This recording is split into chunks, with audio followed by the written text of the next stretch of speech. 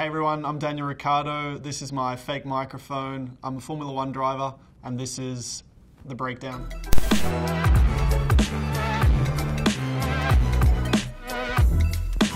This is Days of Thunder. As a child, this is probably my most watched film. Yeah, Tom Cruise, Aussie Nicole Kidman, you're kidding. I loved all the car scenes, obviously. There was like a bit of romance as well, which as a young kid, you know, it's always...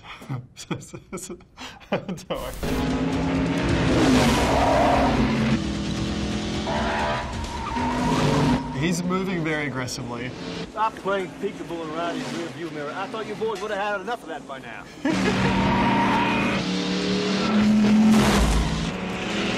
I'm not doing anything like that, Harry. Pause it here. So yeah, like we do talk to our, like we call it race engineer, but it's like that level of conversation is it's a little theatrical. But we will go back and forth a bit, but it's more like a few words at a time. They're conversating. You definitely like push the boundaries sometimes, and if you're going kind of back and forth with a driver through the race, and if you feel he's kind of pushed the limits with you and been a bit dirty, then if you get a chance to like repay the favor, you might squeeze him. And yeah, there's like little subtle ways you can do it, which the drivers know exactly what's going on. It doesn't happen to that extent, at least in F1. I'll push the limit, but I'll never put another driver in danger, because I think that's just that respect that you have for one another. If bumper gets any looser, Rowdy, they're gonna black flag you. Let them go by. Stop right there. So black flag is basically you've done something dirty, illegal, something like really wrong, and a black flag is a signal that you have to come in the pits and your race is over. So they're basically disqualifying you from the race if you get a black flag. It hasn't happened in any race I don't think I've been in. Normally, like, and at this level, you would expect the drivers to, it's a bit more like uneducated, you know, like, but by the time you make it professional, you shouldn't be doing stuff that's giving you a black flag. So, I mean, shame on Rowdy Burns, right? Shame on him. He's waving me by, but take him on the high side. Great music. Yeah, I mean, Tom falls for it. Rewind, please. I've seen in NASCAR, it happens a bit, so a lot of the time the driver will signal, if he's got someone right up his bumper, he might signal like, I'm coming in the pits. And it just, I guess, avoids the risk, because he has to start slowing down at some point, and it gives, the driver behind an opportunity to move out before he starts slowing down, so he doesn't probably run in the back and have a crash. So I guess that's a bit of like a safety / courtesy thing for both of them. But in F1, no, we can't, like, you wouldn't be able to see the other guy's hands in the car, just the way the cars are designed and built.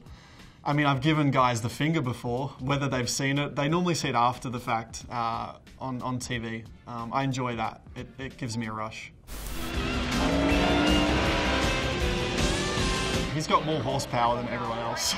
The way he's able to obviously like pass the back markers effortlessly. So back markers, just the guys more towards the back. Like they should all have very similar cars as far as horsepower goes and power output. So how he's able to like come through so easily, that's very dramatized. There's a crash coming out of turn 4, Cole.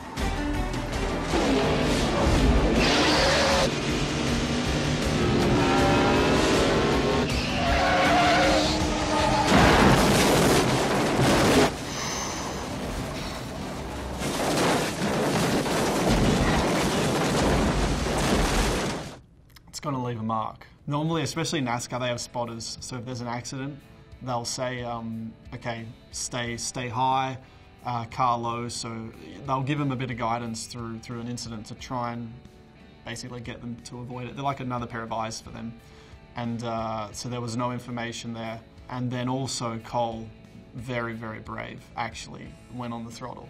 So he accelerated through the danger, which I think is something you normally wouldn't do, but because he is the hero in this story, it was a very heroic thing from Cole Trickle. So it kind of spun very quickly, and my immediate thought was there was oil from the accident, and the oil caused him to spin like that. But why cars like lose control? It's at the end of the day, you've got a lot of horsepower in a race car and only a certain amount of grip coming from the tire, and at some point, you get a breaking point where the power exceeds the grip, for example. That's where, like, as a race car driver, that's what makes, I guess, a good one, is you kind of find that limit of pushing the tire and the level of grip you have.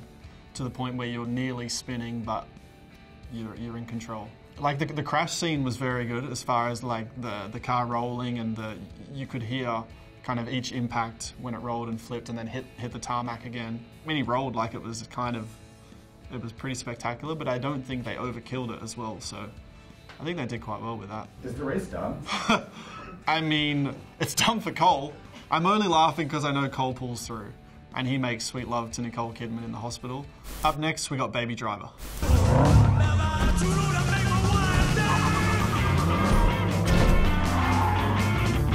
Stop right there.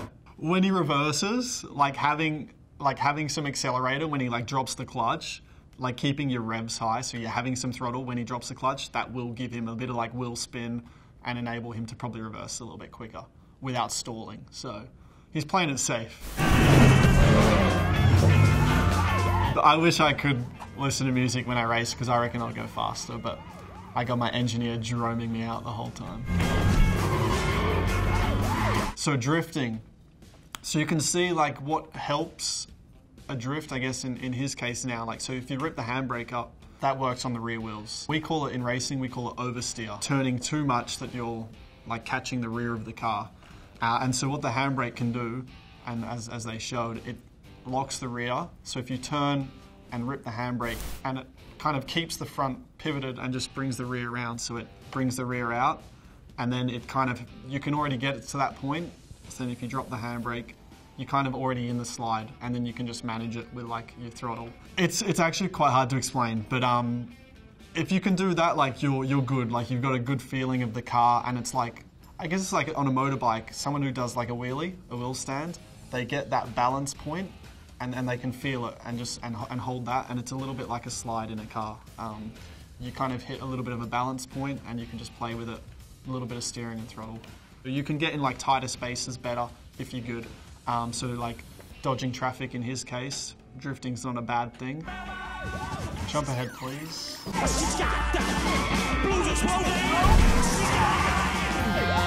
Tight turn, cut in front of the truck there or whatever. Handbrake, so a little bit of a slide, cut in. So it just like enabled him to like cut the angle by just quickly sliding the rear out, pivoting in, and the cop couldn't react quick enough.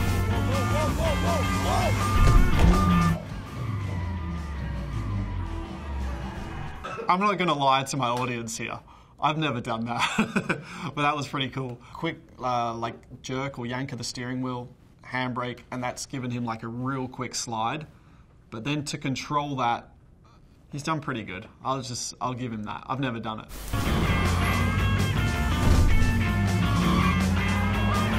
See that? So that's like what we call a hairpin, so like a 180. If he like drove that normally, he wouldn't have been able to create or turn the car on such an acute angle. What was quite cool there is because he had so much forward momentum when he's like ripped the handbrake, he's accelerating, but the momentum's still pushing him backwards. And then the tyres find enough grip and traction and then drive him forward. That kind of sequence of still like rolling backwards and then slingshotting forward, that's pretty cool. Can we fast forward a bit?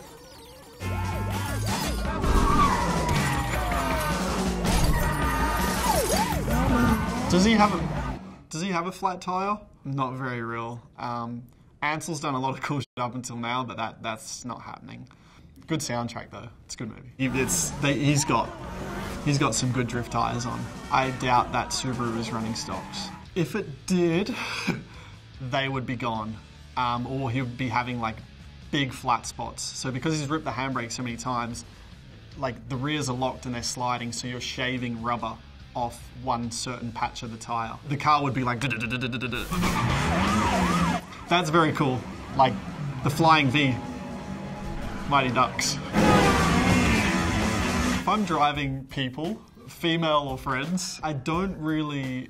Because when you drive fast, actually, it can be quite uncomfortable. Like if you're cornering, like you see in the back seat, actually, John and Isa. Is it John? That's his name, right? Yeah.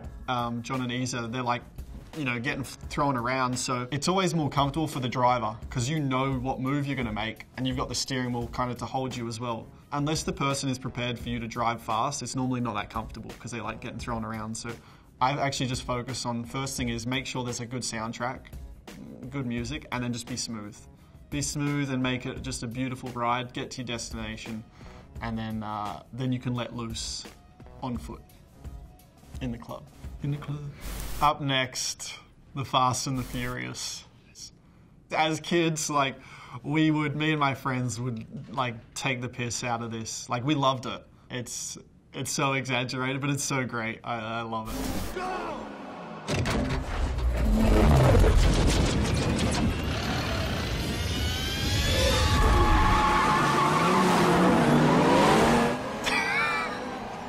See, for me, that was unnecessary because it didn't really make sense because he's at such a low speed already, and it kind of like the car like swerves, and for me it like actually emphasized he was going quite slow. Like it didn't really look good. That was weird, but also yeah, they take off like 1, 2, 3, 4. You know what I mean?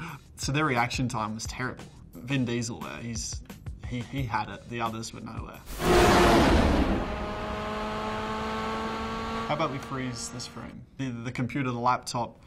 So there's so many sensors on a race car. All that data you're getting will tell you, engine temperatures, how this is, how that is. It can be used for reliability, for the engineers to just check that everything's fine, and if we got a problem, for them to then quickly address it if it can be addressed. Like, I'm not kidding you, on an F1 car I'm actually guessing, but I want to say there's like 1,000 sensors. Like, it's insane. NOS, so we do not have NOS. I didn't know NOS existed until I saw this beautiful movie, and then naturally everyone wanted NOS. It was like, I didn't have my license then, but it was like, how can we get a bottle of NOS in our car? Monica!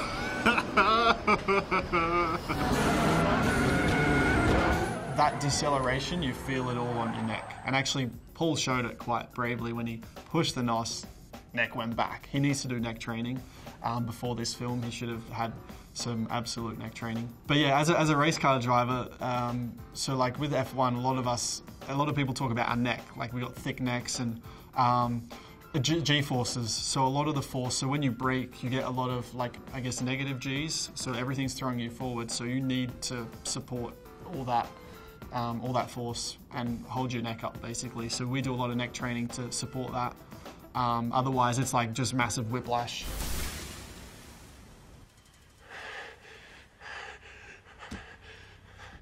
My heart rate is peaking right now. Firstly, I feel sorry for Ja Rule. Like, Monica. It's so good. Winning's winning. Roads closed, pizza boy, find another way home. It's so good. Up next, Talladega Nights. It's all right, you're not on fire! I knew it, you're lying! I'm burned! There is no fire! I'm fire! Come back here! Oh my God, help me, I don't want to die! All right, so where they did it wrong, all our race gear is fireproof. Like Nomex material, I think that's what it's called, but it's a fireproof material. I haven't been in this situation and I don't ever wish to be. But I think you can like still be on fire, but it doesn't show like the flame immediately. So like it can you could still be burning somehow. So like the marshals should have extinguished him regardless. So shame on them for letting my dear Ricky Bobby burn. Whether he was or not that's besides the point. Ah! Help me, Tom Cruise! Also, they should have contained him. He's had like head trauma from that accident. They should have let him run around like that. There's marshals around like all the track. So I guess they would like as soon as they could, because they'll be on like some points of the track, so they could get like the quickest access. And then there'll be docs as well. As soon as like, so if docs saw it was like it looked bad, they'll go straight away. And the track would be like, there'll be yellow flags, which mean like slow down. So they would probably take the risk of just going on track as soon as they could, even if the other cars are still on. We would all slow down if we saw a big accident, so we wouldn't put the marshals in risk. But yeah, they'd go, and if there is a fire, get the extinguishers on it straight away, and try and make contact with the driver. Try to get like a thumbs up or something that A, they're conscious, and B, they're more or less okay. But how did he get down to his underwear that fast? He's doing his boots on. I loved his underpants. I want to say they were probably from like the Second World War. They looked pretty prehistoric. So race cars have what we call 5-point harness. So you have like crutch belts, which like come through your crutch, and then like they come around to your waist and all that. And His underpants were baggy. When you get the crutch ones done up tight, you want everything to be kind of streamlined. I'm not convinced those underpants he's wearing is going to keep things streamlined, so he's at risk of getting a nut caught in a belt, but he's got bigger issues right now. He's on fire. Help me, Oprah Winfrey! Up next is Driven. I saw this when it was at the cinemas, and I'm going very personal here. I was very uncomfortable for the last probably half hour of the movie because I didn't want to leave my seat, but for whatever reason, I think I drank too much frozen Coke or something. I had to pee so bad. Like, I was on the verge of pissing my pants during this movie. So the last half hour might be a blur. Brandenburg is right there, ready to get past him. I don't really get why they, like the shift and the accelerator, like getting on the throttle, like I get that people, you know, like viewers will watch that and be like, oh yeah, he's accelerating, like he's trying to go fast. I don't actually know what they had back then, because at one point in time, for sure, they had 3 pedals, so accelerator, brake, and clutch, and they had like stick shift. But for a while now, we lost the clutch pedal, so we've just got 2 pedals, accelerator, brake, and all the gears are on the steering wheel, so up and down shift, like paddle shift. Like the cars are real, like the cars they're showing. Like one of the guys there was Chip Ganassi on the pit wall, like that's his car, the target car. Like he's a proper team owner and all that. So the cars they're showing are real, but the pedals and all that, I'm not convinced. The whole like wheel thing is, I don't know what they're trying to show, like a quick maneuver. I guess at those speeds as well, like to turn the wheel that fast, like you have a chance of spinning, because like with that speed and that quicker movement, there's a chance that, yeah, you're gonna break the grip. Brandenburg is really putting pressure on Bly. Don't overreach. So race engineer, a lot of the time they'll be giving, I guess it's feedback, some advice, some instructions. So feedback might be your first sector. So a lap's normally broken up into like 3 sectors. So it might say your first sector is great, you can improve second sector. So think about like maybe braking, trying to push your braking point 3 meters later for turn 10, and see how that goes. Braking point, yeah, so basically in how we break up a racetrack, obviously, to say there's 20 corners, and when you approach a corner, the first thing you do is, obviously you're accelerating if it's a straight, but then the first thing you act on normally is braking. So you pick out your braking point, so it's like a reference. And because we go so fast, you need to pick up references on the circuit to kind of improve your accuracy. So it might be like a little sign on the track, it might be a taller piece of grass or something on the side, but that will be your reference to kind of find your limit of braking. So so a braking point is essentially at the moment you brake for the corner, and it's a reference which we'll pick on the circuit. Rewind, please. Like how he's able to pass him so easily. It's like, oh yeah, I forgot to go all the way on the throttle. Yeah, I'm gonna do that now so I can pass him. And again, like if these guys are that competitive, like if they're so close to each other on skill level and all that, you're not gonna pass a guy that effortlessly. And the first move actually, where he passed him, it was kind of, I think, on like a left-right, like kind of chicane. It was also not a realistic corner where he would pass him. Like it was kind of a one-line corner. I got a lot of beef with this right now. Up next, American Graffiti. I like it already. Hey, Lori, what in the hell are you doing in there? Is she gonna ride with you? Mind your business, John. Yeah, she's going with me. You take care of Let's go back. So Harrison is blinded by love. So everyone knows in a race car, weight saving is crucial. Formula 1 cars are pretty much built out of carbon fiber, because carbon fiber is, yes, it's strong, but it's very lightweight. So like weight saving is everything. That's why we as drivers as well have to be super light, because basically weight slows you down. So Harrison, you will get her after the race if you win. Your chance of winning now is tarnished because you're carrying more weight. Silly Harrison. You guys ready? Wait, sorry. Who is that guy? Is he supposed to be, like, chief nerd? What is going on?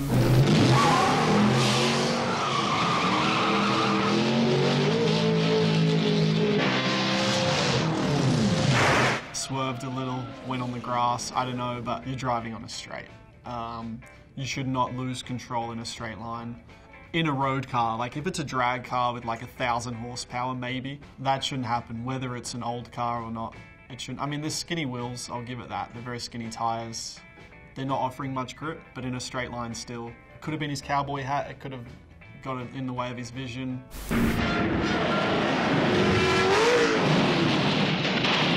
All right, he slid down that way. You know where the girl was sitting, passenger seat right side. She rolled the car. Idiot. Stop right there. I don't know where the fire came from in the first place, but anyway, it can happen, but it happens too much in movies. It's Hollywood. Thanks for watching, everyone. That's been the breakdown. It was emotional. Thanks for enjoying it with me.